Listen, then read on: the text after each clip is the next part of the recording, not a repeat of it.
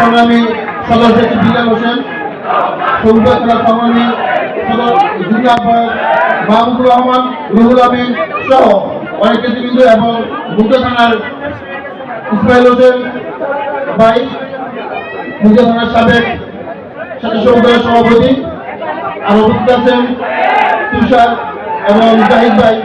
তাদের সবাইকে বিজেপির পক্ষ থেকে নতুন শুভেচ্ছা এবং অভিনন্দন। আমাদের ঢাকার নয়াশিলা প্রান্তীয় নেত্রী, আমাদের অভিভাবক জনাব আফরুজ আব্বাস, আর উপস্থিত আছেন আমাদের প্রান্তীয় বড় ভাই, যাকে আমরা বিপদ আমাদের সবসময় স্মরণ করে থাকি, জনাব হাবিবুর রশিদ হাবিব ভাই সহ খিলগাঁও সংগ্রামী সভাপতি মুরব্বীবৃন্দ সহ বিভিন্ন পর্যায়ের নেতৃবৃন্দ, থানা, ওয়ার্ড, ইউনিট সকল পর্যায়ের পক্ষ থেকে রক্তিম শুভেচ্ছা অভিনন্দন।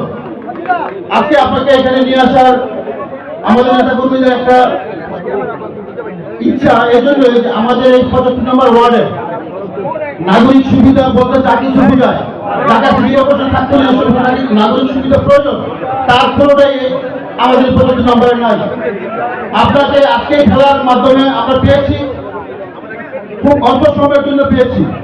যেরকম মাঠে খরা করে থাকলে 2-4 মিনিট পানি দিলে এই খরা শেষ হয় না, বা মাটির পানি পিপাসা মিটে না।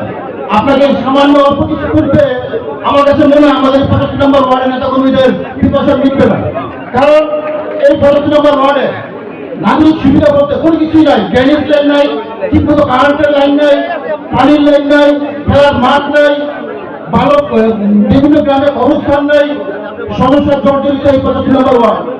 আগামী দিনে যখন আমাদের এই ক্ষমতায় আসবে, তখন আপনি আমাদের 75 নম্বর ওয়ার্ডের ব্যাপারে সুদৃষ্টি দিলেন।